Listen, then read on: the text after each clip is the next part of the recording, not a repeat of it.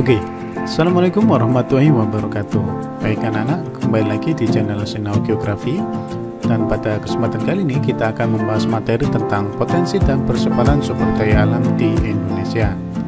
Materi ini kelas 11 ya, bagi kelas 10 dan kelas 12 tetap bisa menyimak materi ini sampai selesai untuk menambah informasi dan juga menambah pengetahuan. Dan bagi kalian yang baru pertama kali lihat video ini, mudah-mudahan cara saya menyampaikan cocok dan bisa kalian terima dengan baik. Oke, potensi dan persebaran sumber daya alam di Indonesia. Kalau kita membahas tentang potensi itu definisinya macam-macam nak ya.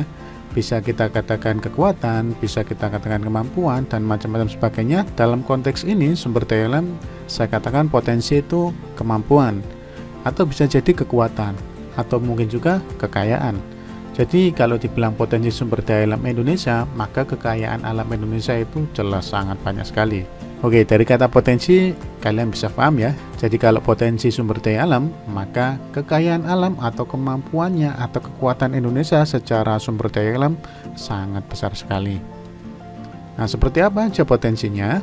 Nah, potensi sumber daya alam itu macam-macam. Yang pertama bisa jadi potensi itu dalam hal atau dalam bidang kehutanan. Kedua, pertambangan. Yang ketiga, kelautan, dan yang keempat, pariwisata, atau mungkin juga banyak lagi potensinya ya. Nah, dalam sumber daya alam ini saya kategorikan menjadi 4. Jadi kalau kalian ada masukan lagi nanti silahkan komentar saja. Nah, yang pertama kita akan membahas tentang kehutanan. Apa sih potensi kehutanan? Nah, kalau melihat tentang hutan, definisi hutan ya, kita pakai definisi menurut UU nomor 41 tahun 99 tentang kehutanan. Apa sih hutan itu? Hutan itu merupakan suatu kesatuan ekosistem berupa hamparan lahan yang berisi sumber daya alam hayati yang didominasi pepohonan dalam persekutuan alam lingkungannya, yang satu dengan yang lainnya tidak dapat dipisahkan. Artinya gini, hutan itu isinya ya kumpulan-kumpulan dari sumber daya alam hayati, isinya ya pohon-pohon dan juga hewan-hewan yang ada di dalamnya itu yang kita katakan dalam persekutuan alam lingkungannya. Dan semuanya saling terkait. Ada hewan saja tidak ada pohon juga tidak bisa, ada pohon saja jelas tidak mungkin kan, pasti ada hewan yang mengikuti, karena pada hakikatnya sumber makanan itu selalu diikuti oleh hewan atau makhluk hidup.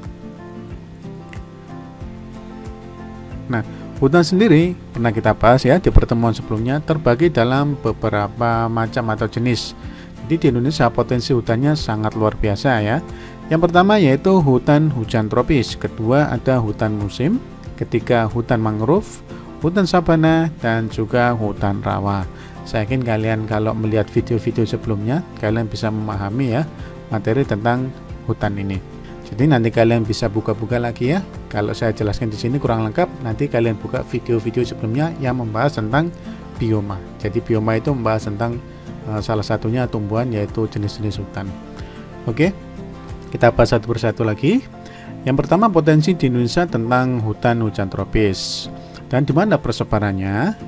Yang pertama hutan hujan tropis terbanyak berada di Pulau Sumatera, Kalimantan, dan juga Papua. Jadi persebarannya di situ ya nak. Yang kedua hutan musim.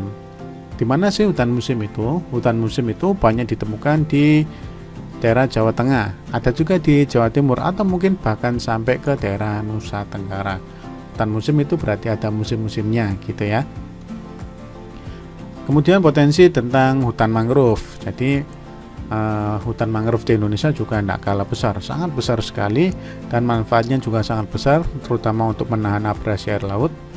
Dan mereka tersebar di daerah Sumatera, Kalimantan, Maluku, Bali, Jawa, dan sampai ke Papua.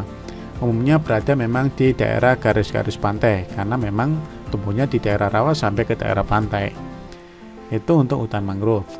Selanjutnya ada hutan sabana atau savana ya. Hutan sabana itu isinya ya padang rumput, atau mungkin juga ada sedikit pepohonan perdu atau pohon perdu gitu, semak-semak ya. Di mana di Indonesia paling banyak terdapat di daerah Nusa Tenggara Timur, seperti Flores, Sumba Timur, Papua, dan juga ada di beberapa wilayah Jawa Timur. Terakhir ada hutan rawa. Namanya saja sudah rawa ya, kalian sudah bisa membayangkan kan.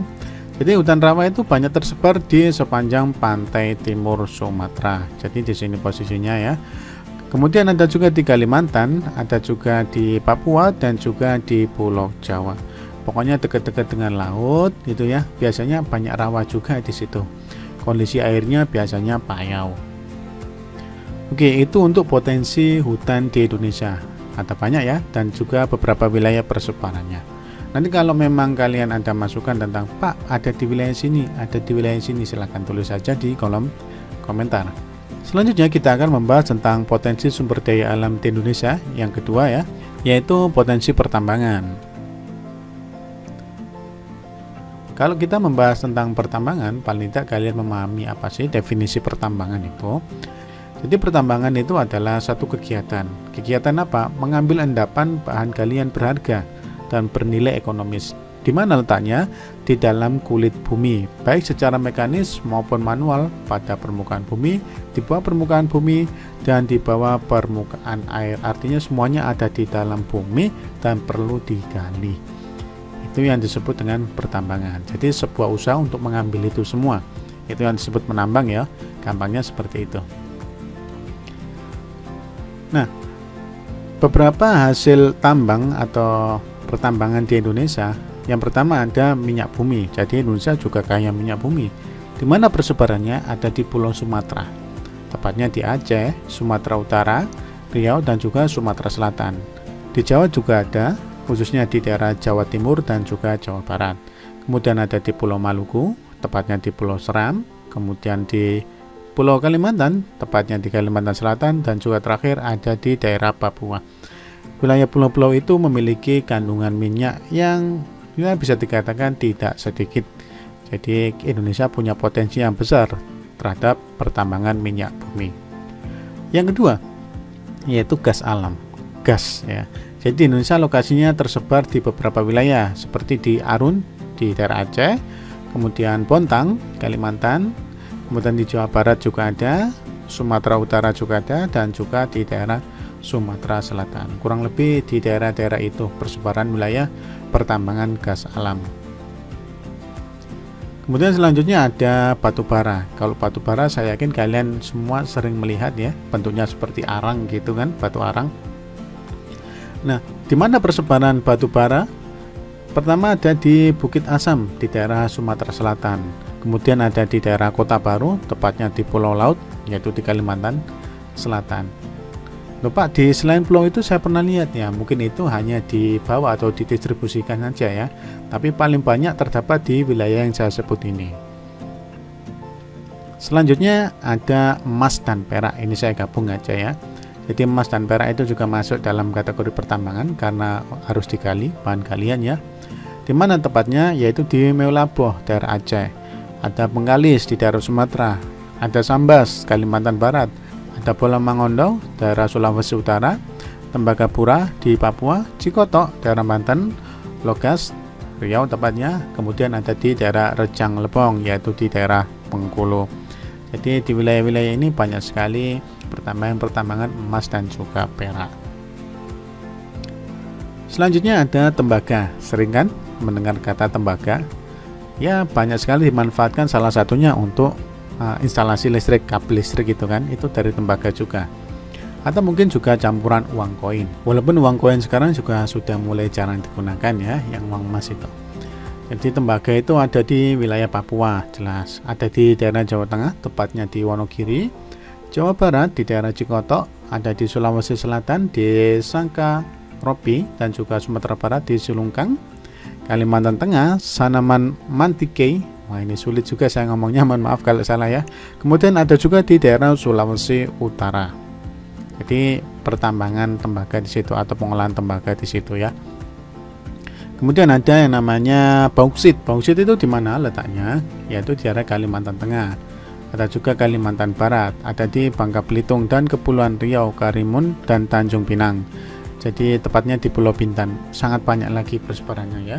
Jadi kalau ditanya apa sih manfaatnya bauksit, ini singkat aja ya. Jadi bauksit itu sebagai bahan utama pembuatan aluminium.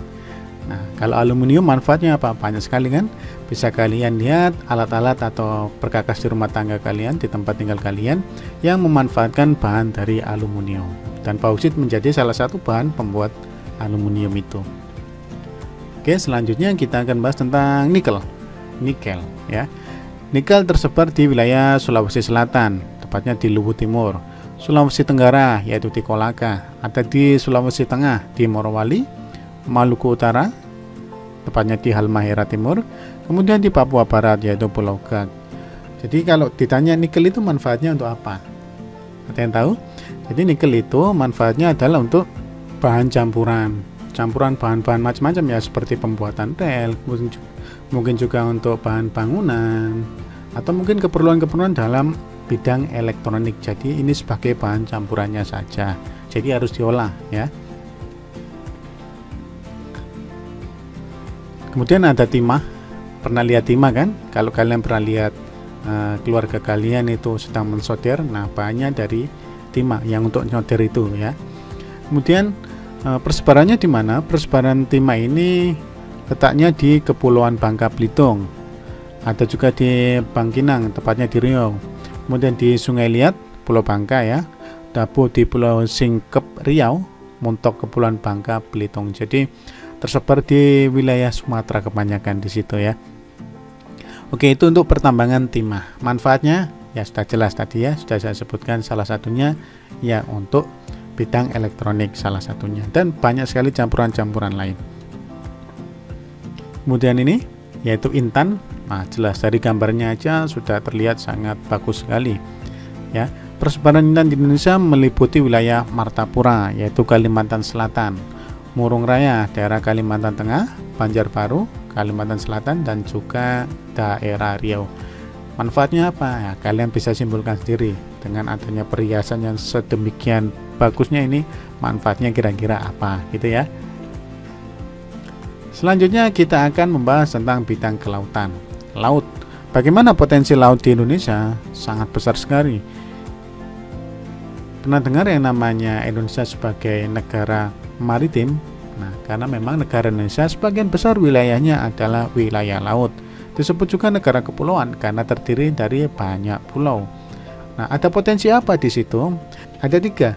Yang pertama terumbu karangnya, yang kedua padang lamun, dan yang ketiga hutan mangrove.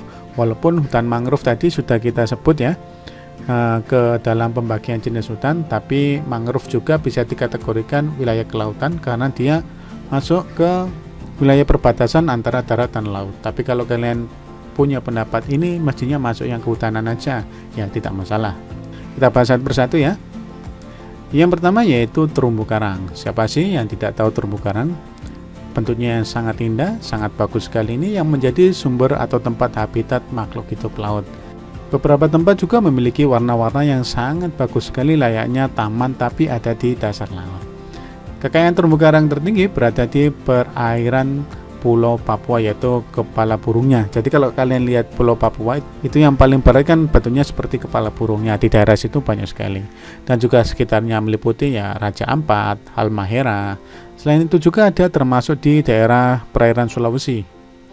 Kemudian ada juga di Maluku dan sebagian juga ada di wilayah Nusa Tenggara. Pokoknya kalau wilayah lautnya jarang terjamah atau masih terjaga dengan baik, saya yakin potensi terumbu karangnya juga sangat besar. Kalau terumbu karangnya besar, berarti ikan-ikan juga banyak di situ. Karena pada dasarnya ikan menjadikan terumbu karang sebagai habitatnya. Selanjutnya, potensi padang lamun. Tersebar di wilayah barat hingga wilayah timur Indonesia seperti Biak, Sika, Nias, Tapanuli, Natuna, Lampung, Makassar, sampai ke Mentawai, sangat banyak sekali ya. Jadi padang lamun itu seperti rumput-rumput gitu, tapi bukan rumput laut nah ya. Jadi kalau kalian pernah lihat lapangan sabana gitu ya, atau sabana lah ya, padang rumputnya itu di laut, tapi bentuknya nggak kayak rumput gitu, bentuknya seperti ini. Nah, yang seperti ini adalah lamun. Jadi di sini juga banyak sekali terdapat makhluk hidup. Atau mungkin di lamun kalian pernah melihat yang namanya hewan tripang ya, seperti itulah ya. Banyak sekali manfaat dari padang lamun ini. Kemudian ada hutan mangrove, tadi sebagian juga kita sudah pernah bahas ya. sisi barat dan timur Pulau Sumatera, sebagian Pulau Jawa, sepanjang pesisir Pulau Kalimantan, Sulawesi, bagian barat Papua, Bali, dan juga Nusa Tenggara. Jadi hutan mangrove ini luar biasa sekali manfaatnya, khususnya dalam menjaga kelestarian ekosistem daerah rawa dan juga wilayah pantai. Terakhir kita akan bahas bidang pariwisata. Jadi wisata di sini maksudnya wisata alam ya, karena kan babnya tentang potensi sumber daya alam. Memang ada lagi potensi di bidang budaya Indonesia, tapi kita akan lebih fokus ke wisata alam saja.